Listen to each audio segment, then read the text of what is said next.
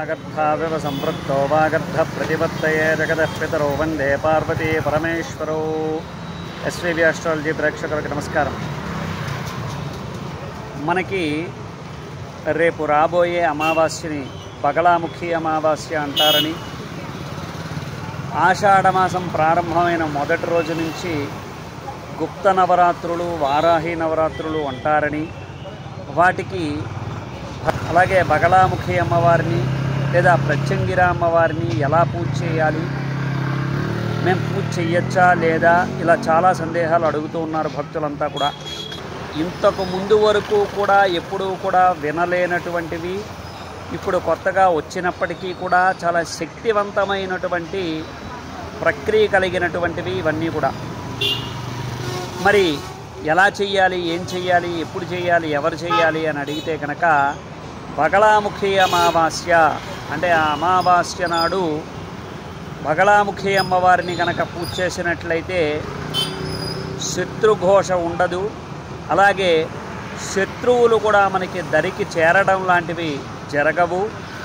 అత్యంత ప్రమాదకరమైనటువంటి స్థితిలో ఉన్న వాళ్ళు కూడా బయటపడిపోతారు.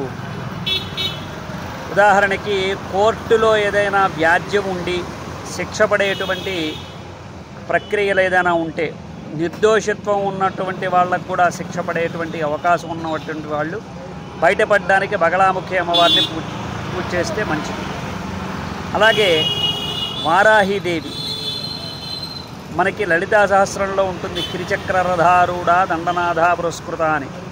అలాగే వారాహీదేవి అంటే కాశీ వెళితే కనుక అమ్మవారిని దర్శనం చేసుకోవచ్చు. మనకి ప్రకృతి స్వరూపాలుగా పిలువబడుతూ ఉంటారు వీళ్ళంతా కూడా. అంతేకాదు దశమహావిద్యలుగా కూడా పిలువబడుతూ ఉంటారు.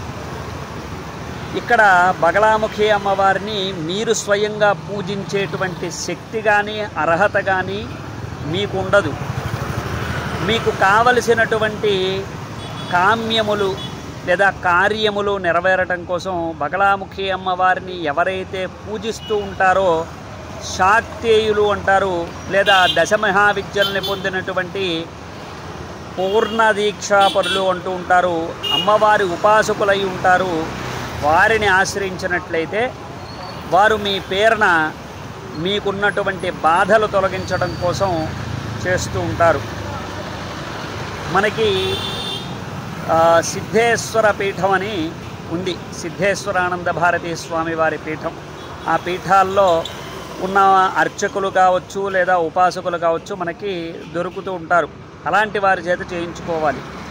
లేదంటే అమ్మవారి శక్తిపీఠాలని పూజిస్తూ ఉంటారు. వారికి నిత్యము కూడా శ్రీచక్రార్చన, అదేవిధంగా మనం చేస్తున్నట్టుగా అమ్మవారి దీక్షల్ని చేస్తూ ఉన్నటువంటి కొంతమంది శక్తిపరులు ఉంటారు. అలాంటి వారిని ఆశ్రయించాల్సి ఉంటుంది. అలాగే గుప్త నవరాత్రులు కూడా. గుప్త నవరాత్రులు అన్న ఒక్క పదాన్ని కూడా మీరు సరిగ్గా అర్థం చేసుకోవాలి. గుప్తము అంటే రహస్యం, రహస్యంగా చేయవలసినటువంటి నవరాత్రులు. అది రహస్యం ఎందుకయింది అంటే రాత్రిపూట లేదా తెల్లవారుజామున చేసేటువంటి నవరాత్రులు కాబట్టి. రాత్రి అంటే 9 గంటల తర్వాత 12 గంటల మధ్యలో ఈ యొక్క నవరాత్రుల యొక్క సాధన జరుగుతుంది. అలాగే తెల్లవారుజామున 3 గంటల నుంచి 4:30-5 మధ్యలో దీనికి సంబంధించినటువంటి సాధన జరుగుతుంది. సాధన అంటే ఏమీ లేదు, అమ్మవారికి సంబంధించినటువంటి మూలమంత్రాలు కానీ, అమ్మవారికి సంబంధించినటువంటి నైవేద్యాలు కానీ, వారాహి అమ్మవారికి సంబంధించినటువంటి సాధనా ప్రక్రియ అంతా కూడా ఆ సమయాల్లో జరుగుతాయి. అది సాధారణమైనటువంటి మనుషులు, సాధారణమైనటువంటి వ్యక్తుల చేత చేయబడేది కాదు, సాధకుల చేత చేయబడుతుంది. కాబట్టి వారాహి నవరాత్రుల్ని అందరూ చేయరాదు, కొంతమంది మాత్రమే, సాధకులు మాత్రమే చేయదగినటువంటిది. కాబట్టి సాధకులు చెయ్యాలి. మీరు ఒకవేళ భక్తిగా చేసుకోవాలి అని అనుకుంటే ఇంట్లోనే ప్రతిరోజు దీపారాధన చేసుకుంటూ రోజు లలితా సహస్రం చేసుకుంటే కనుక నవరాత్రుల్లో లలితాదేవి సైన్యమైనటువంటి వారాహిదేవి, అటు బగళాముఖి, ఇటు ప్రత్యంగిర అమ్మవారు అందరికీ కూడా మీరు పూజ చేసినటువంటి ఫలితాన్ని పొందుతారు. అంతేకాదు ప్రతి నిత్యము కూడా లలితా సహస్రం చేసుకునేటువంటి వాళ్ళు ఈ అమ్మవారి గుప్త నవరాత్రుల్లో ఉదయం సాయంత్రం కూడా ఈ లలితా సహస్రం చేసుకున్నట్లయితే ఆ వారాహి అమ్మవారి అనుగ్రహం కూడా తప్పకుండా కలుగుతుంది.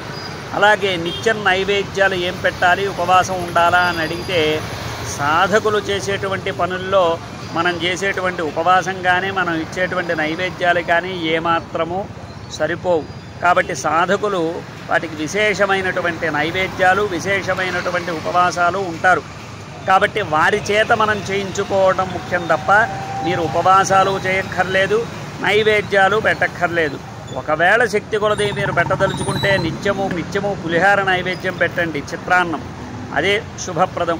ఎందుకంటే విధంగా గుప్త నవరాత్రులు కావచ్చు, బగళాముఖి అమావాస్య గురించి కావచ్చు, మీకు ఇంకా ఏదైనా సందేహాలు ఉంటే నాకు పిన్ చేయండి, కామెంట్ చేయండి. శుభం భూయాత్. మీకు దీనికి సంబంధించినటువంటి శ్లోకం ప్రతిరోజు చదువుకోవడానికి తగినటువంటి శ్లోకాన్ని కూడా మీకు ఇక్కడ ఇవ్వడం జరుగుతుంది. దాన్ని కూడా మీరు ప్రతిరోజు కూడా పఠించుకున్నట్లయితే వారాహి అమ్మవారి అనుగ్రహం సంపూర్ణంగా కలుగుతుంది. శుభం.